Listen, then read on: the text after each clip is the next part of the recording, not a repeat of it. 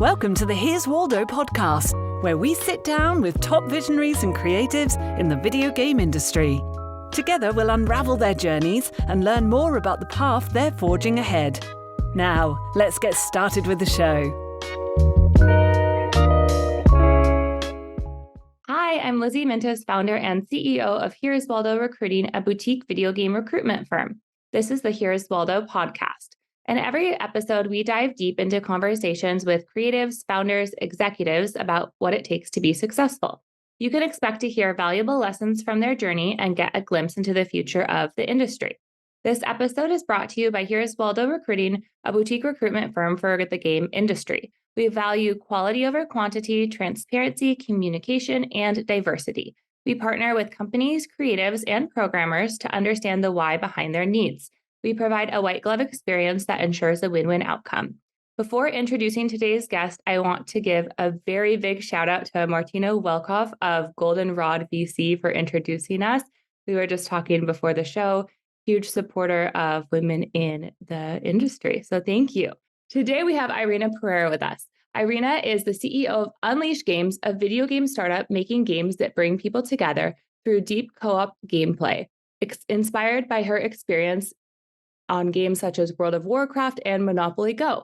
With over 25 years of experience making games as a UX designer and director, her focus on usability and accessibility brings a new perspective to game development leadership.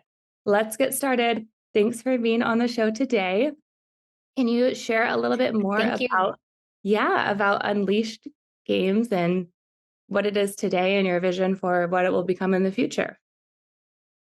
Well, Unleashed Games kind of started off as my imagining of what a great video game company would look like.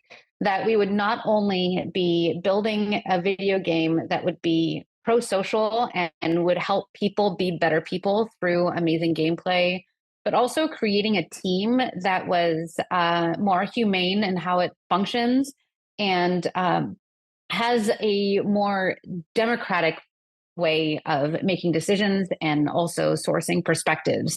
All the things that Simon Sinek likes to talk about and Brené Brown, seeing those actually executed within the video game space and wondering, like, what would a team like that look like? As for the future of Unleashed Games, there's so much that we see because right now we're building our first game. And that first game is a small step in a much grander vision. But what we want to do is we want to create the ultimate dynamic video game experience where we're leveraging technologies such as generative AI to drive what we think is the best multiplayer game that we can possibly imagine. And in a way that embraces the amazing progression and character development that you got in World of Warcraft, as well as the combat that you experienced there, going all the way up through, dungeons and raids with your, 36 of your friends. And pairing that up with some of the things that we've learned from great UGC titles like Minecraft and Valheim. Bringing these things together makes us think of pretty much the game that we've always wanted to play, but never quite had the technology to be able to build. And by building this game, we're also developing a new intellectual property and a new world, a new fantasy that we think is going to, in and of itself, reach people in all new ways through really incredible stories of human ingenuity and overcoming obstacles and working together. I like it. I like your vision, your big picture vision. It's fun to hear, and that you want to build a studio with better morals and just essence. What inspired you to start the studio?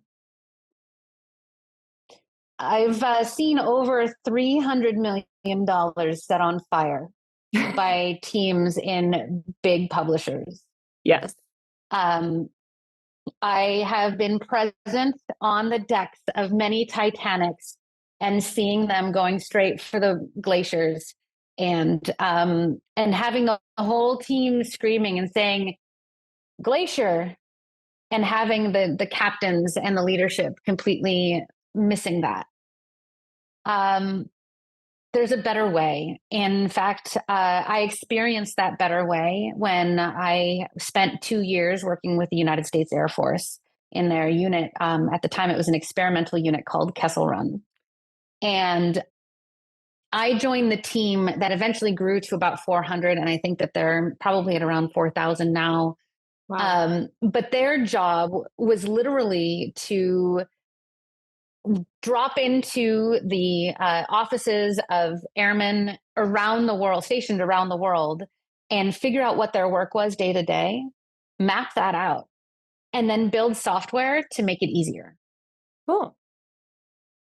And the very first project that Kessel Run ever executed on ended up saving the United States, the Department of Defense, $150 million a month, just by taking a process that was being done over 16 hours on a whiteboard and turning it into a mobile app. The way I learned to develop software there was entirely like transformational. And I saw how to build things faster and more focused on what user need was. And once I really got a sense of how to execute it, and in fact, I became a trainer and I started managing the personal development for a team of product designers, I realized I could take this development methodology back to games and completely transform how games are made. So that's what I wanted to do. Is I wanted to start up at least within an organization. I tried doing it on a dev team. I actually went to go work for Scopely on a couple of products, and there was not a lot of open-mindedness around some of these methodologies because it required listening, it required empathy, and it required understanding and asking questions. And sometimes game developers have struggle with this kind of thing. So and sometimes when you get feedback that is counter to what your assumptions are, it's hard to adjust, it's hard to pivot. And you need a specific type of organization that is made to be able to take in feedback, then synthesize it, and then develop against it in a continuous, what we call an OODA loop. You can look, I would look it up right now, but I don't have it in front of me. But the OODA loop is my mnemonic, is our mnemonic to be able to observe and act on our observations and continuously make decisions in response to them. It's how a military unit operates on the ground in war, and how a software team can also operate if it's built that way. But if it's not built that way, it's really hard. So when I tried on existing teams and it wasn't necessarily working, what's great is that the things that I brought to the table then continued to inform the team long after I left. And Monopoly Go, for instance, was a massive success because of their focus and their willingness to actually connect and listen to players and integrate player feedback into their process. The logical next step for me was to start my own company. Yes, for sure.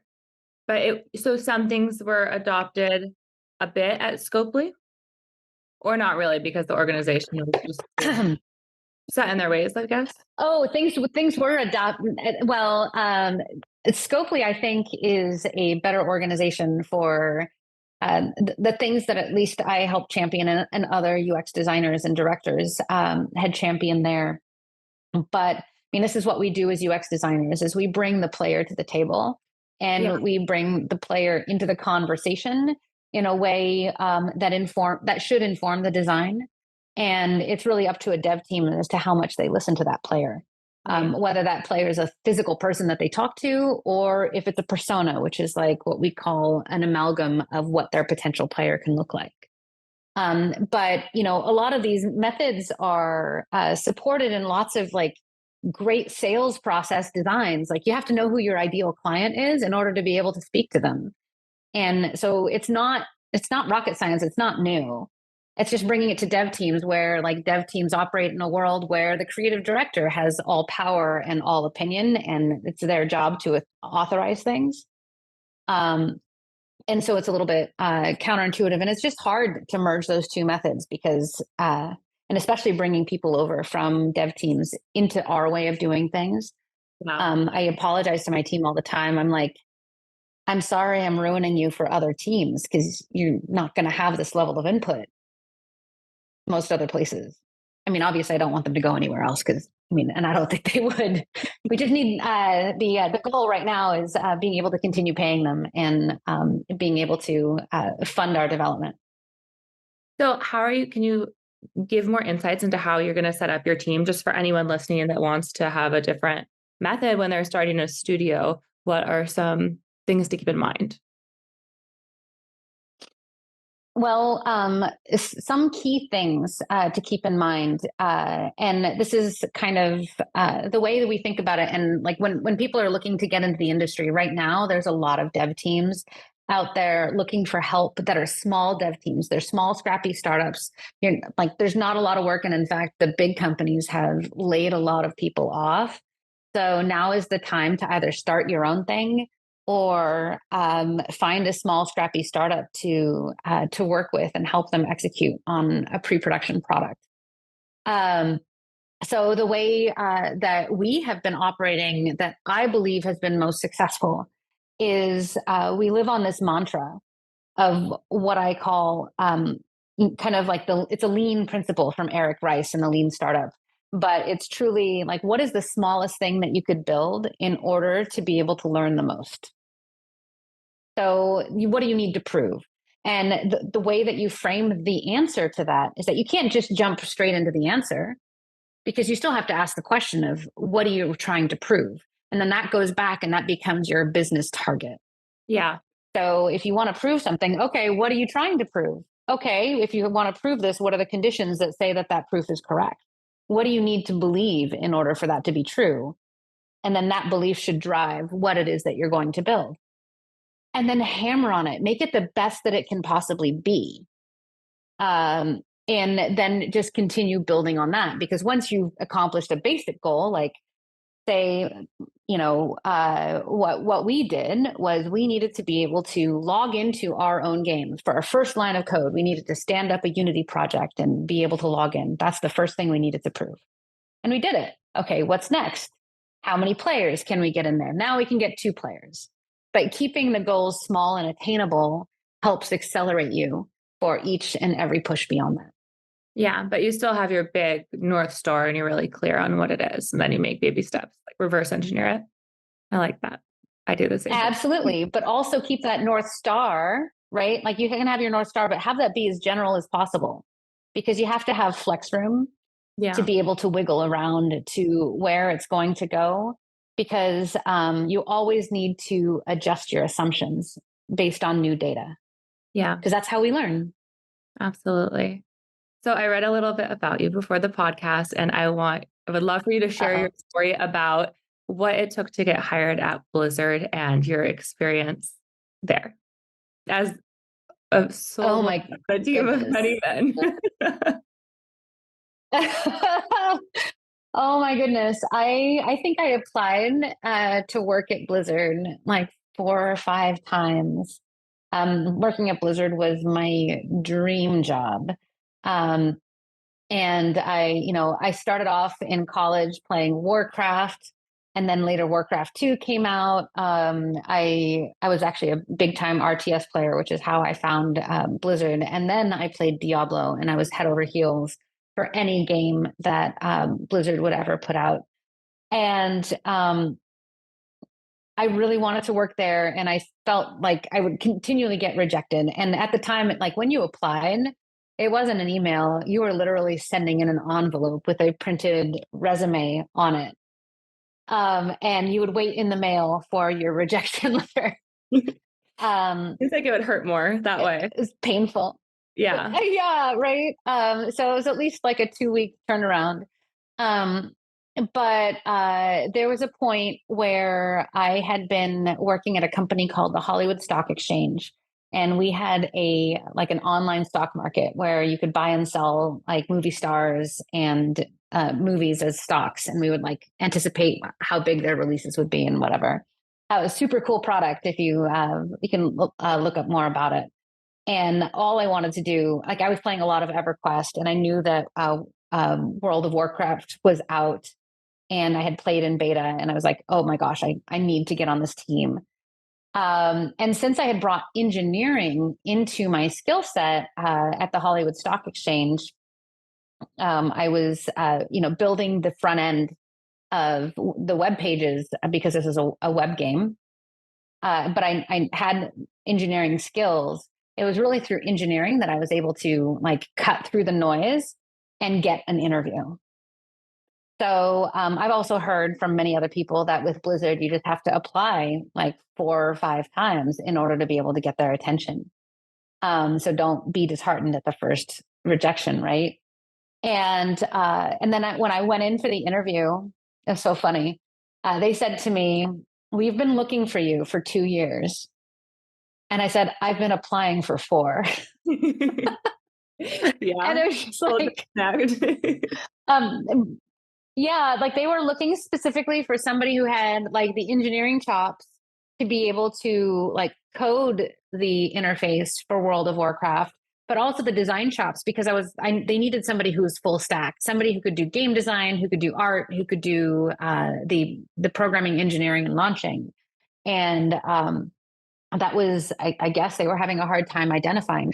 But, was it my failure of not being able to like fully communicate my skills, or was it their like not being able to see through the limits of a resume? But the handshake never happened until that moment, and it did, and it was legendary because that set off like it was some of the best development years of my life, some of the hardest because of the amount of crunch we went through. Like that was old school World of Warcraft where we were working 80-hour weeks. They were feeding us 2 meals a day in the office. And it was an intense time. I don't know if I could have done it with the family that I have now, but there were plenty of men on the team that had families, and they were working those sorts of hours. That's really hard. That's a hard balance.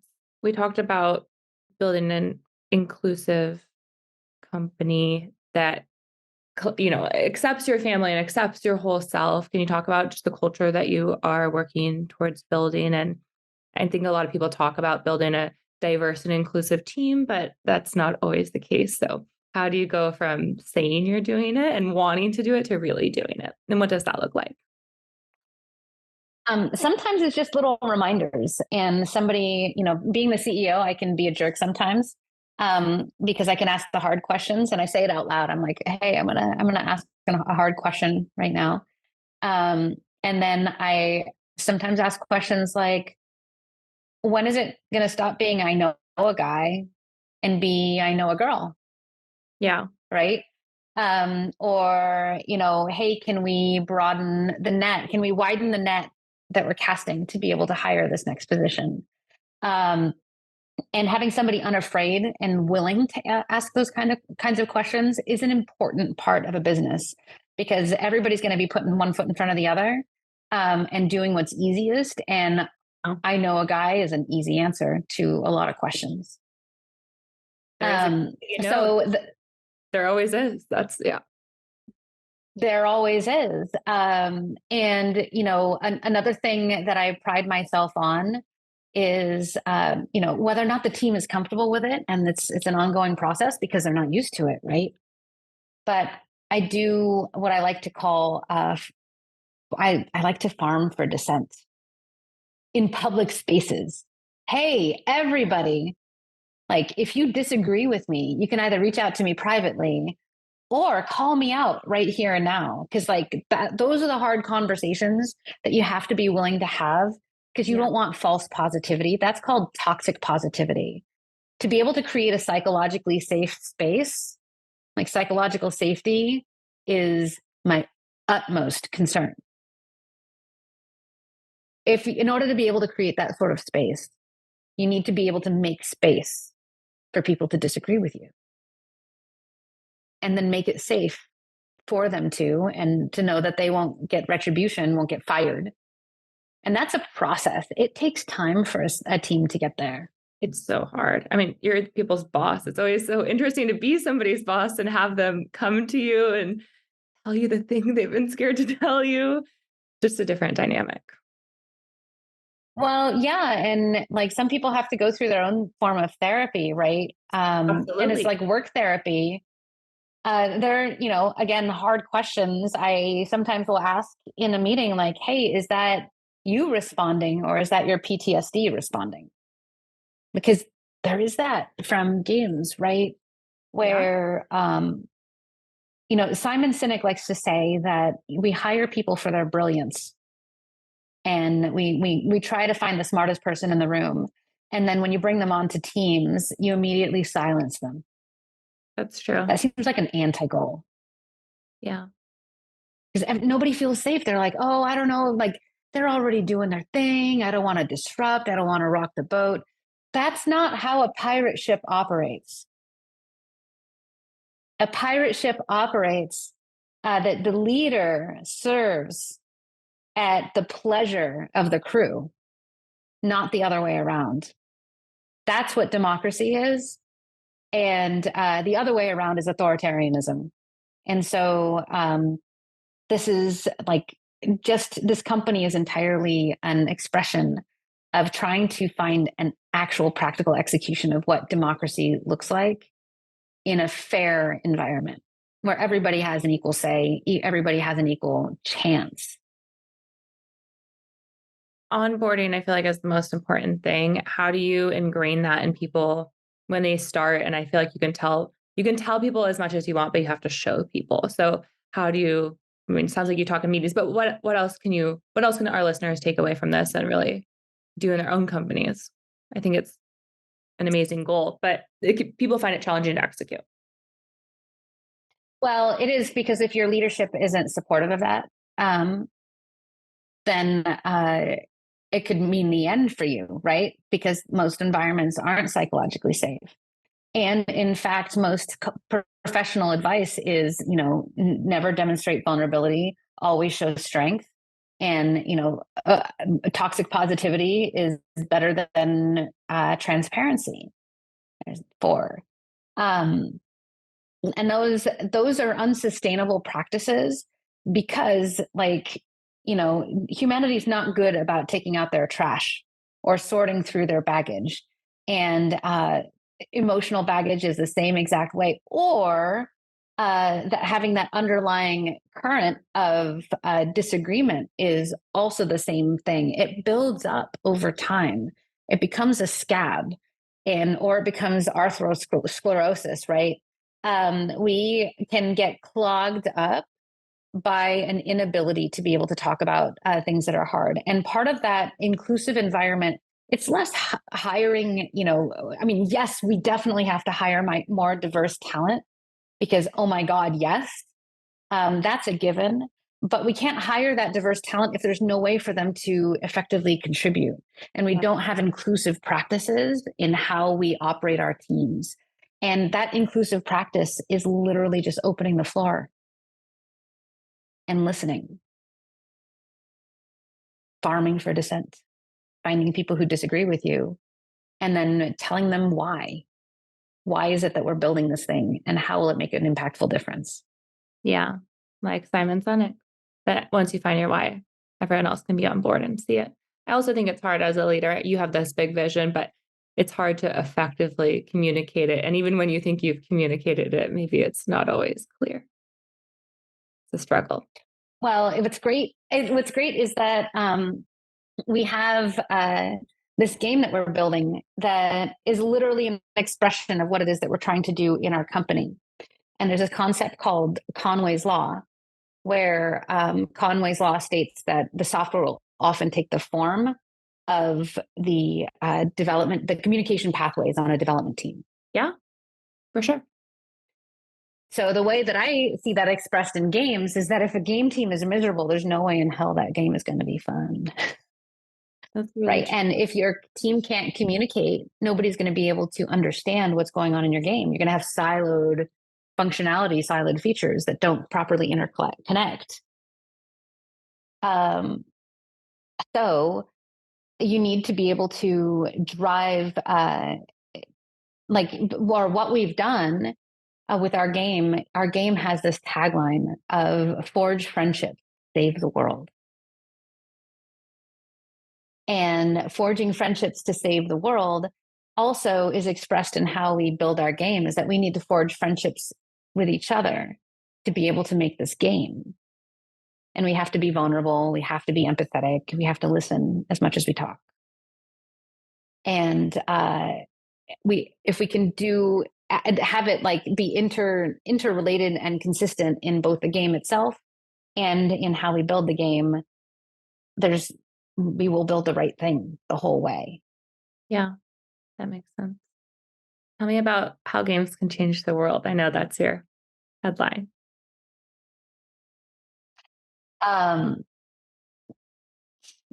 Games are the number one medium, and they're taking over our entertainment hours. Yep. Games reach the largest potential audiences because we can play games on our couches, we can play games with our friends online, and we can play games wherever we are on our phones. And those behavior patterns that those games set through something that's called the Proteus effect actually affects our behavior in real life. It's amazing. And so, we say that video games don't cause violence. I'm not sure if video games cause violence in a direct correlative way, but games, if we play a lot of games that have more combative engagement as part of their core game loop, we're probably going to be a little bit more combative in our real lives and more willing to be combative because we're operating at that vibration. Games have the opportunity to set vibration for each human, right? Look at Minecraft. You can go into like this Zen space with the lo-fi and just be building to your heart's content for hours. And it's meditative and it's like, it feels like you have like an artist brush. You can do anything. Yeah. Same thing with Fortnite. You just like keep going round after round after round, chasing that, chasing that win. Games can really capture us. And so with our first game, and really with every game that we want to make, we imagine like, what if there was a game that taught us how to be better people and how to be better friends? And then we turn that into the win condition. Wouldn't that be cool? It's a game. And then maybe we could, yeah. Like a game first, and then, is like an inadvertent bigger mission, or you think it'll be more focused as a bigger mission first with a touch of game? It is all game. It is all game, and it is all about cooperation where, we have to work together to build a village. And that village we build based on what you need and what I need. And then we cooperate together to make sure that we have everything that we need. And if we don't have everything that we need, we find somebody else to be able to help us out. There were games like EverQuest and World of Warcraft that, you couldn't take things on. Like if you were a tank, you couldn't do enough damage to be able to accomplish everything. You needed a healer with you because you would get stomped on because you couldn't heal yourself. And you'd also need, a rogue or a mage to be able to be your boomstick as DPS to be able to, get you through some of the more difficult content. Those were some of the best experiences ever in gaming, like running Gnomeregan for the first time with, my little group and wiping and recovering and getting from encounter to encounter. Those are some of the best hours of entertainment in my life. And I learned that everybody needs to do something a little bit different in order for all of us to be powerful. That's where cooperation is the win condition. So we're not looking to like make something entirely new that nobody's ever seen. What we're going to make is actually the best version of what I just described, where you're playing like a new and improved version of World of Warcraft. But that World of Warcraft is what WoW used to be at its heart, that it's lost since then. It's going to go back to the days of early EverQuest, those key moments where like you would run around with your friends through a dungeon and have like a proper dungeon run. And you have the ability to do that as a small and agile team. That's what's so beautiful about a startup. feel like Absolutely. And we can build the smallest thing that we can imagine to get us as far as we can. I'm excited. You're inspiring. Thank you.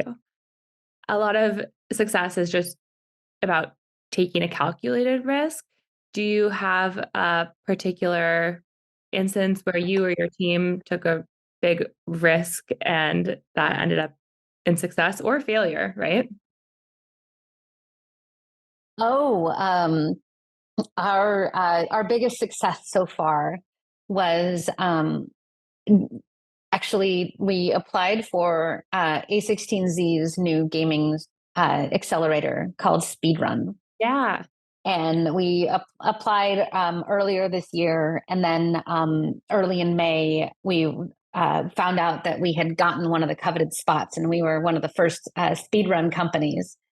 And my team actually saw that as a risk. Like, do we want to go with this accelerator group, right? And you know, is it going to get us to where we want to get to? And we weren't necessarily sure of what value it would bring. But then we went through their 6-week long program, and the program was phenomenal, not just for the content, but to see how aligned they were with how it is that we execute. And it turns out that the entire games team at A16Z, like, they're all phenomenal human beings. They're all um, also really good at what they do, and have, like, we ended up with the entire team as a resource. So whenever we have an issue, we can, like, reach out and ask them a question. And they also gave us our first investment. And then we went around and then we're able to put together a demo and get our team kickstarted. And now we're actually building. And we were able to more than double that investment. And we've raised $1.2 million so far with Andreessen's backing, as well as other smaller angels. I mean, we're still fundraising to be able to keep this train rolling. But we've been able to get this far. And now we're streaming our playtests every week on Twitch. So if you can find us on Twitch every Friday, 2 p.m. Eastern and 11 a.m. Pacific time, at Unleashing Games. And you can catch our playtests, and also Twitch has some of our older playtests online as well that you can kind of recap with. But we've been, like, sharing broadly, like, this is what we're building, even though it's ugly. Here, check out how far we've come since last week. So it's actually been one of the best things for our team. Yeah, I feel like building that community engagement so early is huge. And I imagine by the time you're further down and when you fundraised and your team is bigger, just manifesting for you here, you'll have such a following already. That's incredible.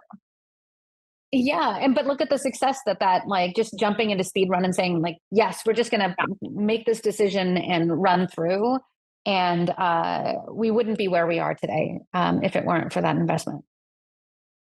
Congratulations on speedrun. I had Linda Shad of Void Pets on the podcast as well. Oh, I love Linda.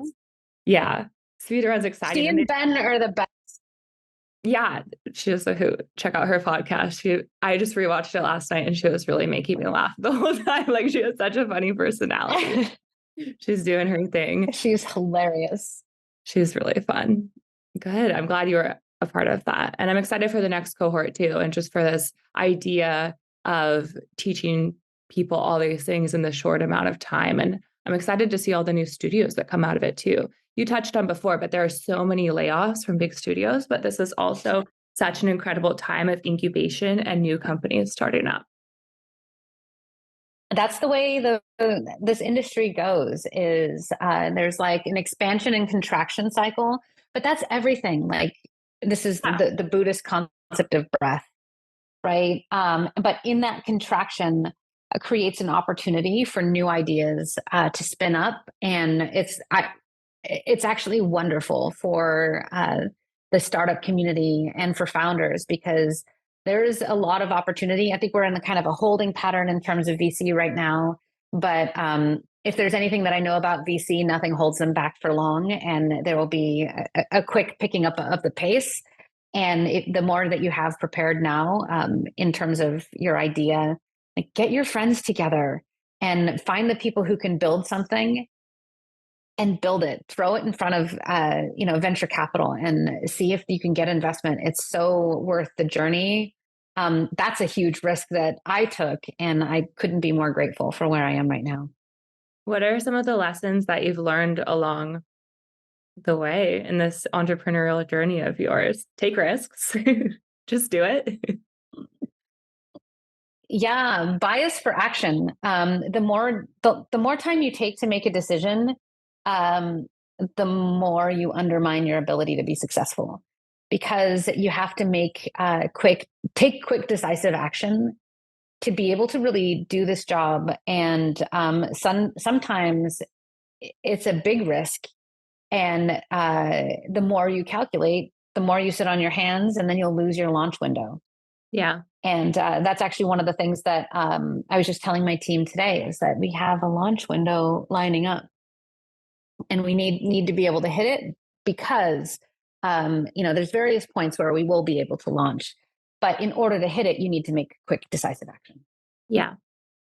I think about that a lot too. Amazon has a principle of a one-way door or a two-way door. Like, is this a decision that you could make and then you can pivot to something later? Or is this a decision, that you make, like moving across the country? But I guess you can move back. So just evaluating the seriousness of your decision, how much time you need to spend on it. Absolutely. Absolutely. And sometimes thinking too much is just a matter of you just talking yourself out of it. And if you can't take action, take that as a no, and move on to the next decision that needs your attention, rather than spending way too much time on one, because it'll end up slowing you down regardless, whether it's analysis or distraction. Yeah, I agree. You have to make so many decisions all the time having your own business. For me personally, I have a few people I can call that are really high on the GSD, get shit done. And they're like, here's the thing, here's my opinion, let's move on. And that's really helpful too, because I'm happy you have Andreessen. I mean, there are so many questions you don't have the answer to, and no one really has the answer to. So just making it up as we go. Yeah, it's good to have great people in your corner, always. Yeah. Martina Welkoff is like that. I can always gut check things with her, and she will give me a really, really wise chunk of feedback, and actionable too. So it's awesome to have people like that in your corner. Yeah. But you have to make the quick decision and put yourself out there to even meet those people too. It's important. Exactly. Just go to that networking event. Yeah, you do a lot of networking events, right? I see your posts. Yeah, I try to be as active as I can, but there's with games venture, there's a whole seasonality to the events. There's the DICE GDC phase, and then there's stuff during the summer and stuff during the fall. So as a mom, you have to pick your battles. Very much so. Yes, I've been on a travel train, and then talk a lot about the ones you go to. Make a lot of meetings. What do you think the best networking events are outside of GDC? Oh yeah, GDC is certainly great. Actually amazing with Gamescom. I went for the first time this year, and going to Cologne, Germany was certainly a win in and of itself. But the amount of networking and conversations I was able to have were really transformative and powerful. And it was a lot more open doors. You just would run into people, and people were very, very open to introductions. It was really great. And you had an amazing trip to Germany. I had so much FOMO. I was reading everybody's posts and seeing the pictures. So maybe next year, mom life, pick your events. Yeah. Yeah. Germany's worth it. Yeah. I went to Germany with my 2 little kids this summer, but that was a different sort of adventure. So yeah. Less work related. Yeah. I have one last question, and I want to mom life. Yeah, it's glorious. I want to point people to your website, unleashedgames.io. The last question is, who have your biggest mentors, plural, been? And if you could distill the best advice you received in your career, what would it be? Oh my goodness. Well, I have some pretty phenomenal mentors that have been supporting me through this journey. And I try to keep it good counsel with smart people. The very first person who truly like believed in me and was able to enable me was Mark Long, the CEO of Shrapnel. And he regularly just sends me Slack messages of like just cheering me on and as a cheerleader. And that's like, it really been powerful. And it's fairly rare. We don't often cheer people on very directly. But he was able to invest and enable this entire journey um, to get us started. So he became an investor and a mentor. And then I've had, other friends, Jillian Huffnagel. I've had Martina as a mentor, helping guide me through like a woman's perspective in the XR space. It's been so invaluable, and the introductions she's been able to make, including to you. Others that have been like, this is going to sound like an Oscar speech with all the people that I want to name. Gabriel Pesa, who was a phenomenal help in terms of finance, like getting people to help you fill in gaps in your knowledge is so powerful. And then they can tell you where you're wrong. Like find the people who will tell you where you're wrong so that you can use that to guide yourself and where to develop your skills. John Radoff has been, he's been an advisor and mentor of mine now for 2 years as well, and has been invaluable in just the connections and the networking that he's been able to introduce me into and getting me started on my journey.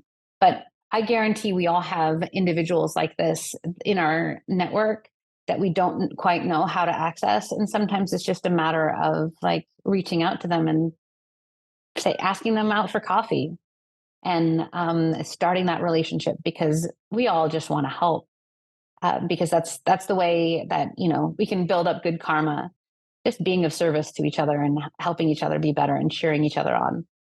Absolutely. And that's what they do for me. I'm happy you have all these people in your corner. That's key. And behind every successful person are tens, like hundreds, of so many people that help them all the time.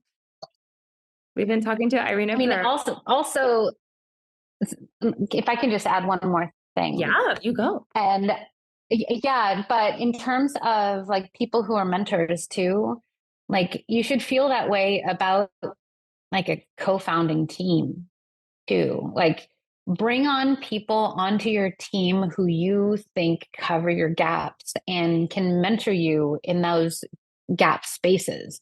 That's what a co-founding team is supposed to be.